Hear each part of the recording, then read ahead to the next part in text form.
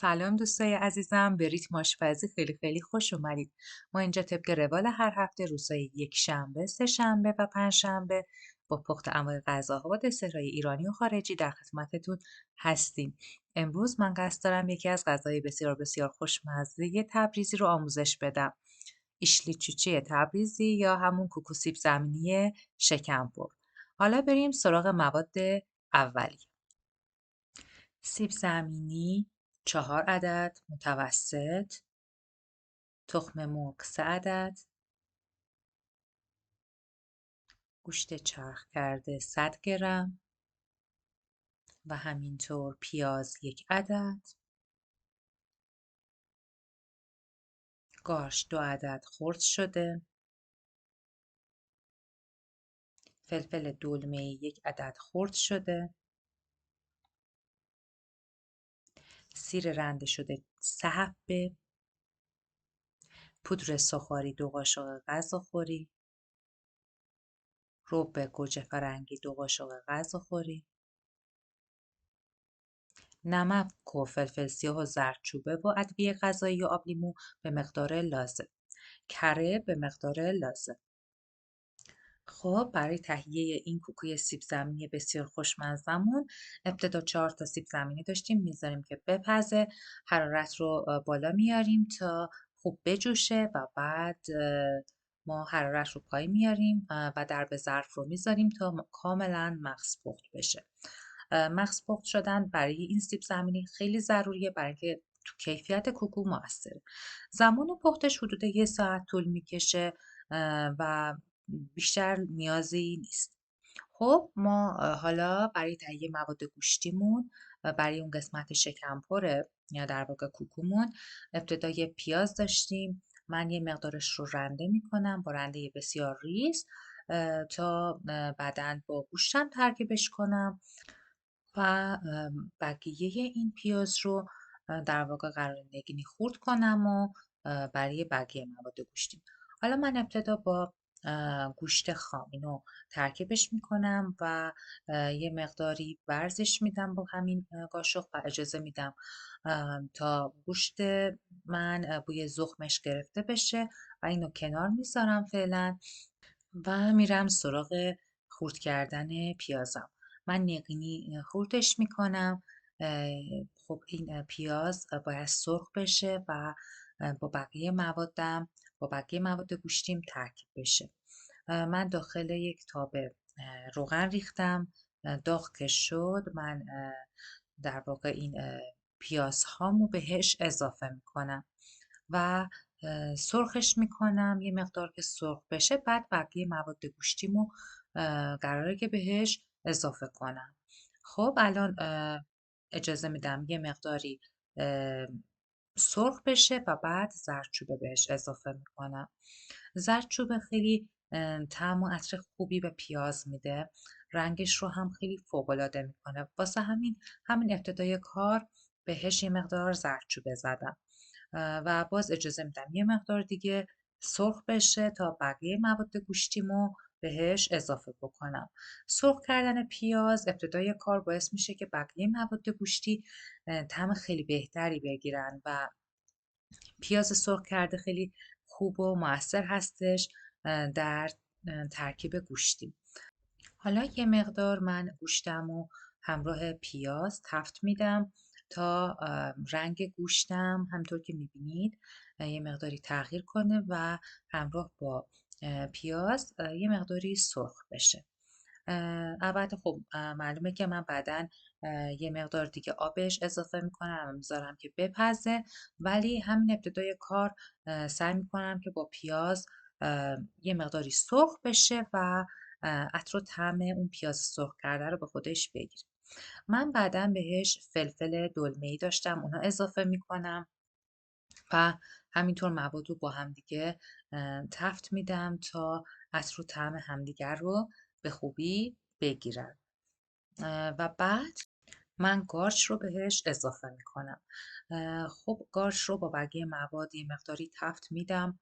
ببینید خب گارچ خاصیتش اینه که یه مقداری آب میندازه، ولی من خب سعی میکنم با تفت دادن این مقدار آب اضافه رو ازش بگیرم و اینطوری تفت دادن مواد با همدیگه باعث میشه که عطر و طعم همدیگه رو بگیرم و یه ترکیب فوق‌العاده‌ای بشه برای در واقع کوکومون.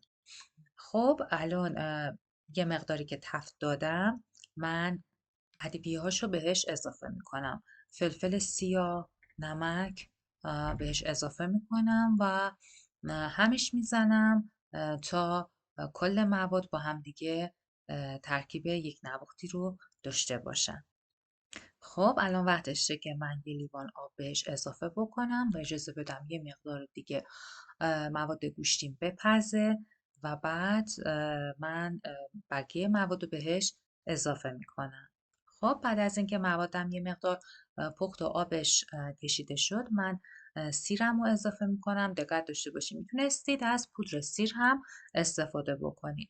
حالا من ترکیبم رو یه مقدار دیگه اجازه میدم بپزه و بعدش زعفرون رو بهش اضافه میکنم. دقت داشته باشید که من زعفرون رو اینجا اضافه کردم. میتونستید خب زعفرون دل بخواهید میتونست اضافه هم نکنید. من برای اینکه عطر و طعم بهتری داشته باشه تو این ترکیب استفاده کردم. بعدش رو به گوجه فرنگی رو اضافه میکنیم و کاملا با بقیه مواد ترکیبش میکنم و اجازه میدم یه مقدار دیگه این مواد با هم دیگه بپزن و عطر و طعم همدیگر رو به خوبی بگیرن. خب الان دیگه تقریبا آماده شده. من آب لیموش رو میزنم، در حد 2 قاشق میتونه کافی باشه و اینا رو هم میزنم. باز من آب لیمو رو آخر سر اضافه میکنم تا تلخ نشه. خب الان ماده گوشتمون کاملا آماده هستش و من میرم سراغ سیب زمینی. ببینید سیب زمینی‌ها کاملا مغز پخت شدن و خیلی ایدئال هستن برای این کوکو، برای اینکه در کیفیت کوکو خیلی موثره که سیب زمینی‌ها کاملا مغز پخت بشن. من پوستشون رو میگیرم و با چنگال لهشون میکنم. ببینید کاملا خیلی راحت با یه حرکت چنگال له میشن و این حالت بسیار مناسب و ایدئاله برای کوکومون. الان به این حد که رسید من زردچوبه بهش اضافه میکنم. زردچوبه ببینید در رنگ کوکو و همینطور طعمش خیلی موثره، ولی خب اگه بیشتر از حد بشه باعث تلخ شدنش میشه. من هر کدوم از ادویه ها رو که میزنم سعی میکنم خیلی خوب قاطی بکنم تا ترکیبم کاملا یک نواخت بشه. خب من ادویه غذایی رو الان بهش اضافه میکنم که ترکیبی از ادویه‌های مختلف: زردچوبه، فلفل سیاه، پودر هل، پودر میخک، دارچین، جوز هندی و کمی هم زیره سبز و سیاه. خب بعد من اینا رو کاملا خوب هم میزنم تا ترکیبم کاملا یک نواخت بشه. خب الان وقتشه که من نمک اضافه کنم. نمک رو هم من سعی میکنم کم اضافه کنم، ولی سیب زمینی نمک تقریبا زیادی لازم داره تا طعم خوبی به خودش بگیره، ولی من خودم سعی میکنم کم نمک درست کنم غذاهامو. حالا من این ترکیب رو هم میزنم و وقتشه که پودر سرخ‌هارمو بهش اضافه کنم. پودر سرخ‌هاری خیلی مؤثر در کریسپی شدن و خوشمزه شدن این غذا، مخصوصا که ما میخوایم کوکوی شکمپر درست کنیم و این ترکیب خیلی جالب میشه با پودر سرخ‌هاری و در ضمن از وا رفتن کوکو هم جلوگیری میکنه. پس بهتره که حتما موقعی که کوکوی شکمپر درست میکنید ازش استفاده بکنید. من 3 تا تخم مرغ داشتم، الان به ترکیبم اضافه میکنم و خیلی خوب اینا رو هم میزنم. بچه ببینید تعداد تخم مرغ در کیفیت کوکو خیلی موثره، چون ما میخواییم که کوکوی شکمپر مخصوصا درست کنیم. حداقل باید 3 تا تخم مرغ رو بزنیم وگرنه کوکوهامون وا میره و اصلا جالب در نمیاد. پس من 3 تا رو میزنم و بعد داخل یه تابه کره رو میندازم تا ذوب بشه و داغ بشه و مناسب برای سرخ کردن کوکوها. حالا فرق نمیکنه کدوم نوع روغنی میخواین استفاده بکنید، باید حتما داغ باشه تا از وا رفتن کوکو جلوگیری بکنه. حالا من کف دستم رو کاملا چرب میکنم با روغن مایع یا روغن زیتون و بعد یه مقدار از مواد سیب زمینیمو بهش اضافه میکنم و با روغن باز بهش فرم میدم. یه فرم دایره یا بیضی میتونید بهش بدید و سعی کنید که روغن بزنید تا کاملا بتونید اطرافش رو تنظیم بکنید و شکل مناسبی بهش بدید.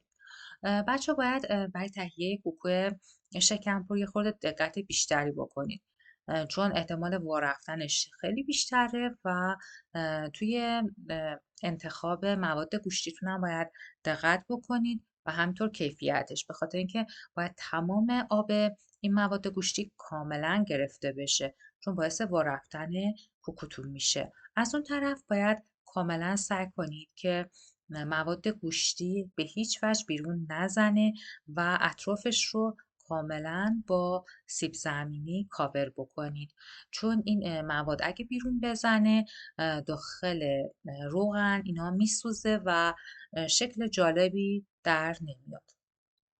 پس من سعی میکنم که کاملا کاورش کنم و اطرافش رو بپوشونم و بعد داخل روغن سرخشون قرار بکنم.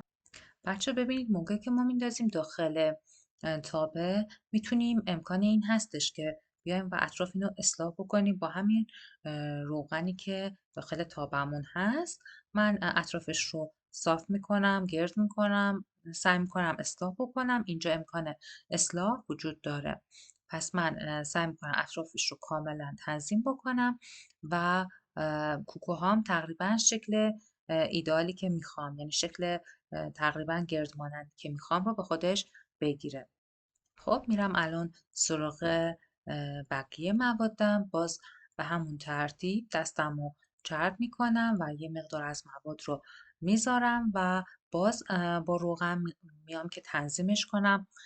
بچه ببینید کوکوی سیب زمینی دقت کنید من از کره استفاده کردم چون طعم فوق‌العاده‌ای به کوکوی سیب زمینی میده. ولی اگه خب بار اولتونه میخواین کوکو سیب زمینی شکمپور درست کنید، بهتون پیشنهاد میکنم که از روغن مایع استفاده کنید چون روغن مایع حالت منسجم تری به کوکوها میده و احتمال وا رفتنش خیلی کمتره. ولی خب یه چند باری که حالا تمرین کردید میتونید از کره هم استفاده کنید. کلا کره نسبت به روغن مایع طعم بهتری به غذا میده، ولی در واقع سرخ کردن داخل کره یه مقداری مشکل تره برای بعضی از کوکوها و اون موادی که احتمال وا رفتنشون وجود داره. من الان اطراف این کوکو رو دقت میکنید من دارم کاملا کاور میکنم تا هیچ مایع گوشتی بیرون نزنه و احتمال سوختن اون مواد رو به صفر برسونم. حالا باز داخل تابه انداختم و سعی میکنم اطرافش رو اصلاح بکنم و شکل مناسبی رو به کوکوهام بدم. خب الان وقت برگردوندنشونه. من کوکاها رو یک به یک برمیگردونم. اگه دقت بکنید سایز کوکاهام یه خورده بزرگه. خب من خودم میخواستم سایز کوکاهام بزرگ باشه ولی شما میتونید کوچیکتر هم این کار رو انجام بدید. ولی همطور که میبینید کوکاهام خیلی خوب از آب در اومده و در واقع هیچ کدوم وا نرفتن و الان آماده برای سرو هستن. دوستای عزیزم من این کوکوهای بسیار بسیار خوشمزه و بسیار زیبا رو تقدیم شما میکنم. امیدوارم که همراه خانواده‌تون درست کنین و ازش لذت ببرید. دوستای عزیزم اگر از این برنامه خوشتون اومد لطفاً با لایک و سابسکرایب منو حمایت کنید. تا برنامه دیگه شما رو به خدای بزرگ میسپارم. خدا نگهدارتون.